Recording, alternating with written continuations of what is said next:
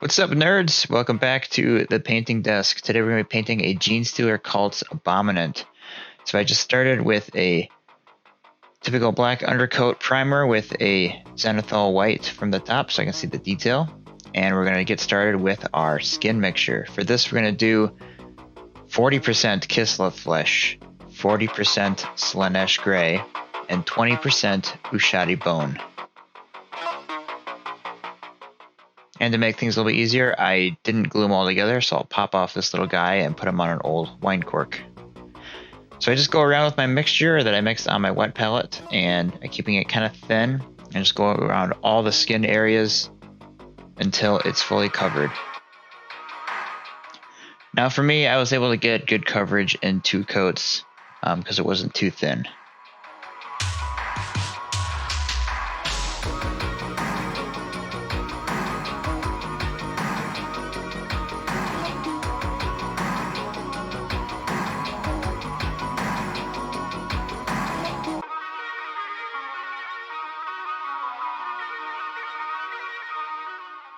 So after 2 thin coats, I got everything covered, and you can see I did the head and feet and hands on the little guy as well. So now we're going to move on to the alien bits. I'm going to do with Cantor Blue. So all the alien bits will be those ridges on his back and his arm and around the ankles. So just going to go ahead and paint that Cantor Blue, following the similar approach I did on my Aberrant video. If you haven't seen that, check that out. Do a lot of blending with the skin tones. So now that all the alien bits are painted blue, we're going to move on to our next color. But first, we can't forget about our little guy there, who has lots of blue on him, so let's quickly paint him up as well. Alright, now he's blue like his big brother there. So next time we're going to be doing all of the denim. He's wearing like overalls, so we're going to do a mixture of rust gray with that.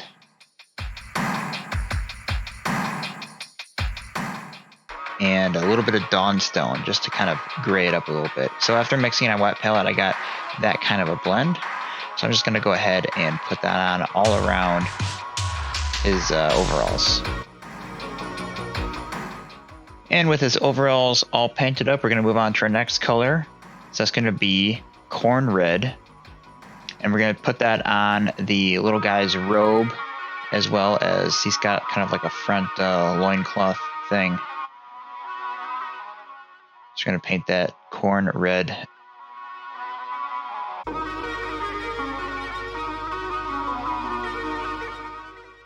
And with the loincloth and the robe on little guy painted corn red, we're going to move on to some of the gray details. So he's got the claws, and then we have the claws on the big guy, as well as the little dealio hanging in front. We're going to paint that with Mechanicus Standard Gray. He also has an armor plating on the back we're going to touch with gray as well.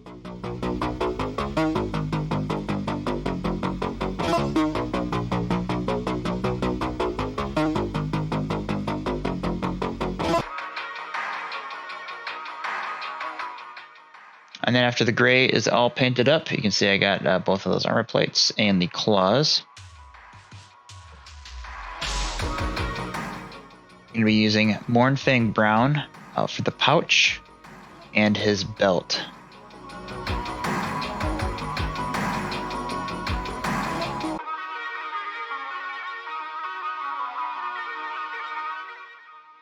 And with that all painted up, we're going to move on to our next color, which is going to be Warplock Bronze, and we're going to be focusing on the hammer. And then we're going to add some layering of lead belcher on top of that, so we'll get kind of a rusty metal look.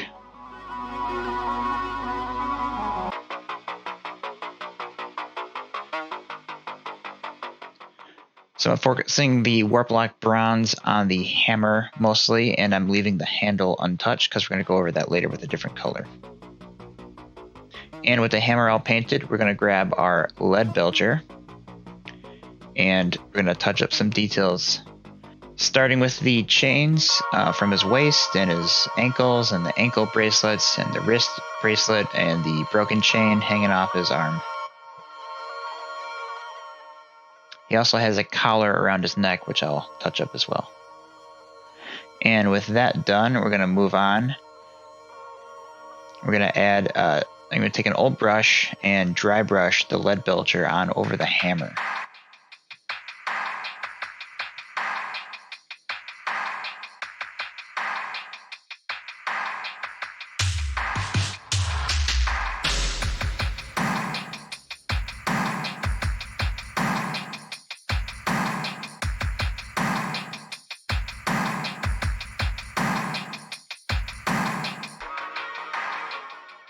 With the metal base colors, we're going to take Black Templar contrast paint and just go over the handle with that.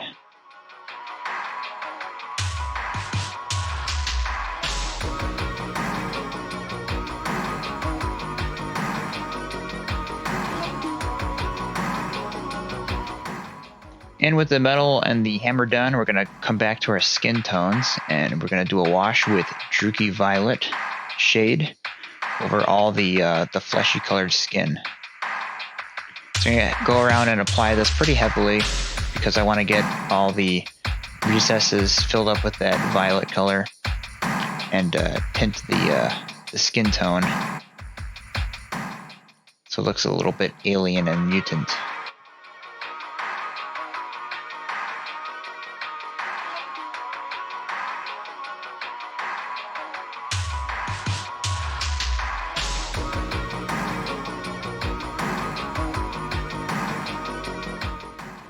Make sure you get all the nooks and crannies, especially I'm doing the little holes in his pants there so we get the purple skin tone showing through.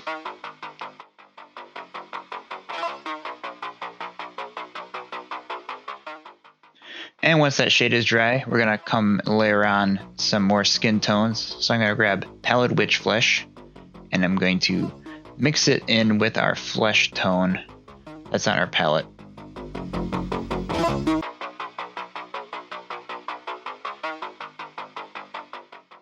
So I'm just going to mix it in so we get like a lighter version of the skin tone. Then I'm going to mix in a lot of water till we get almost a glazed consistency. And then we're going to come in and just kind of pick out the high areas and trying not to get it in the cracks so we don't lose our purple from our wash.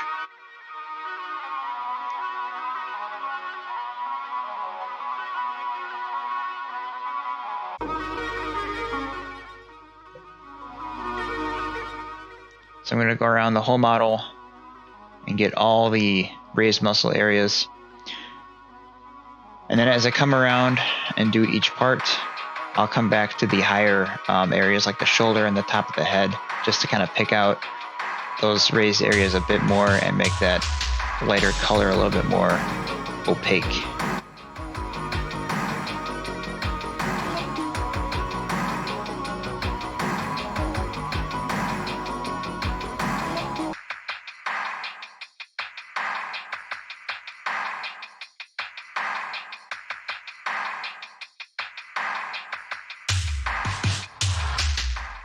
And something I've always noticed with glazing is it comes out very strong looking, but as it dries it'll lighten up and you'll be able to see what's underneath it a little bit better.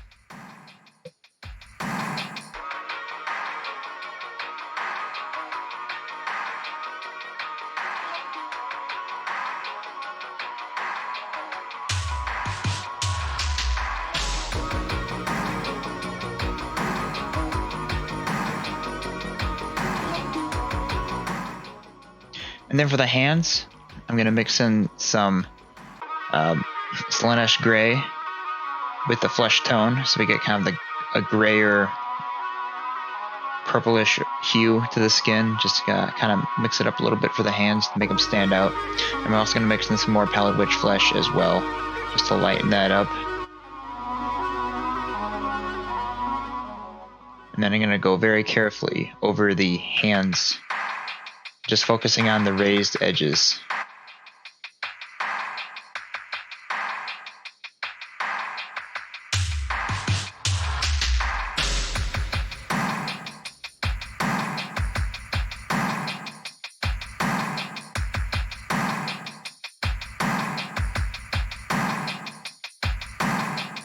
Alright, the skin tone's looking pretty good.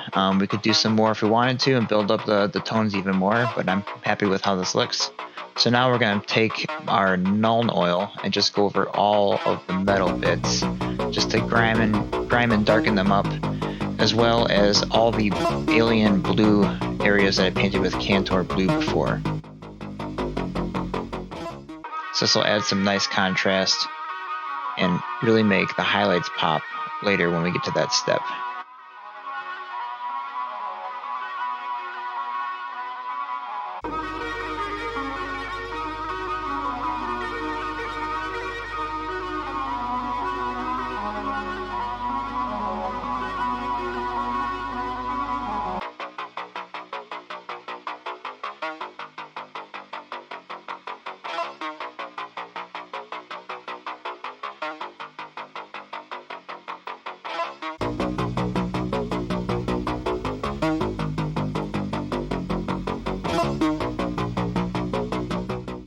I also take Nuln oil and I thin it out a lot on my palette, just ever so slightly go over the overalls he's wearing to add a little bit of contrast there as well.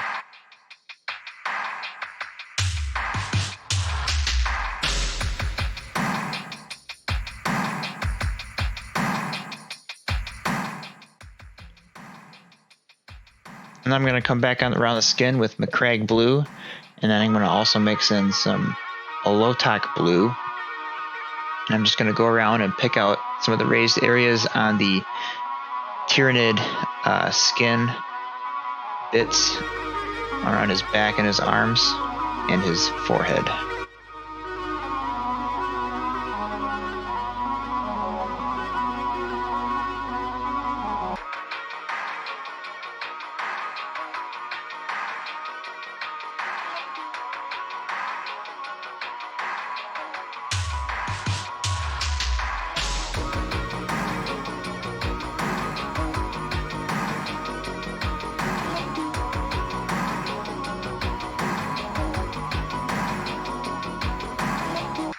And I'm just focusing on the edges and the raised areas. And similarly, I go over the little familiar and do the same process with him.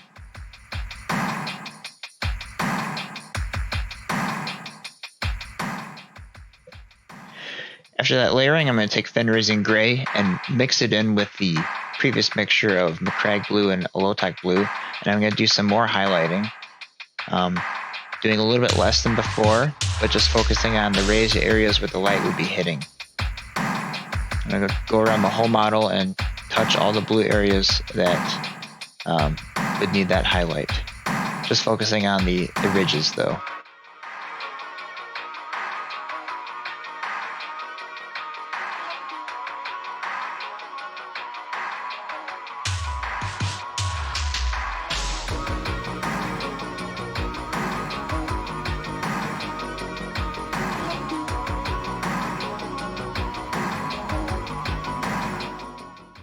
And then I'm going to go around again with pure Fenrisian Gray and not mixed in with anything, and I'm just going to do some spot highlighting and pick out a couple of the very highest most areas and do some extra highlighting there, just kind of picking out where the light would be hitting at its most intense spot.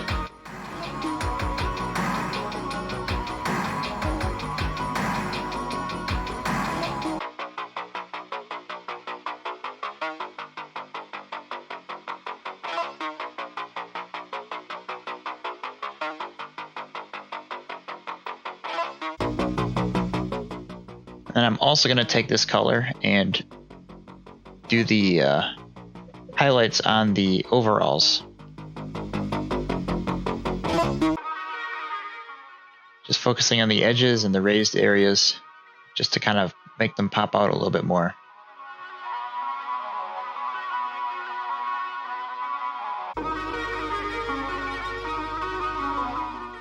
And I'm going to mix in some Pallid Witch Flesh with the Fenrisian Gray and do another very thin kind of targeted highlight on the overalls, just to make a couple of the highest most areas pop. Alright, that's looking pretty good. Now we're going to move on to Terrorboard Crimson over all the red fabric areas. And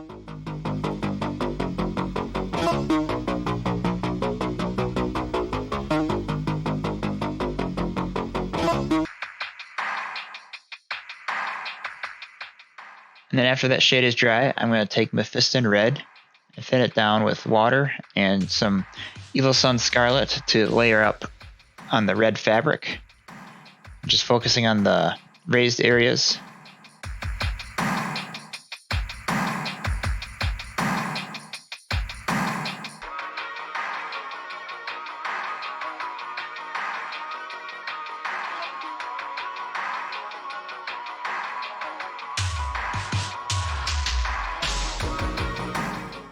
And then I come in with Evil Sun Scarlet and just focus on the creases and the raised areas for a edge highlight.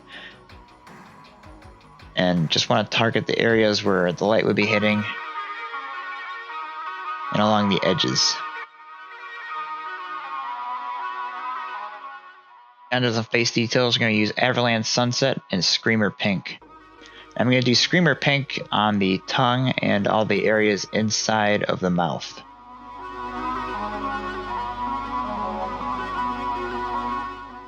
Then I'm also going to take Pallid Witch Flesh and just touch the teeth and some spot highlights on the face. Very carefully, just picking out a couple raised edge details. Now it's easy to overdo highlights on the face, so you have to be very careful not to overdo it.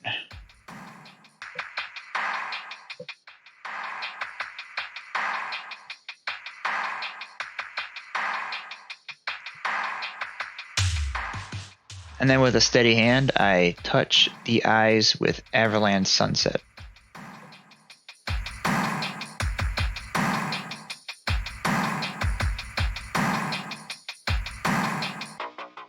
And after that, I'm going to do the base with Armageddon Dunes Technical Paint.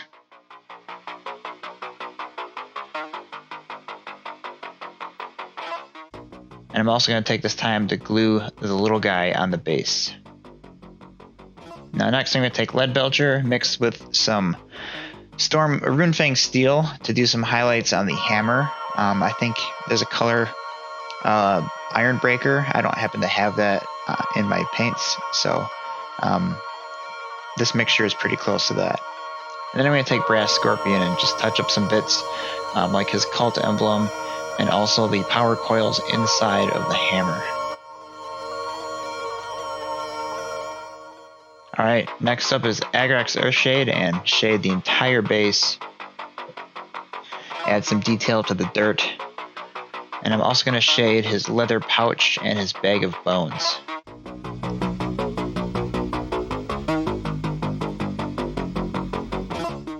And once that's dry, I'm going to grab a dry brush and Rykarth Flesh and just go around and pick up the raised areas of the dirt to add some more detail. And I'm also going to dry brush his leather pouch and bag of bones. And then lastly, I'm going to go around the base rim with Rhinox Hide so it matches the rest of my army. And if you like this video, don't forget to subscribe to my channel where we do painting videos and battle reports and other hobby projects. And here's the final result, the Genestealer Cult Abominant. I'm pretty pleased with how this turned out. And I hope you found this video helpful or at least entertaining. If you liked it, give it a thumbs up and don't forget to subscribe to my channel. Also drop me a comment. Let me know what you think. Anyways, that's all I got. Thanks for watching.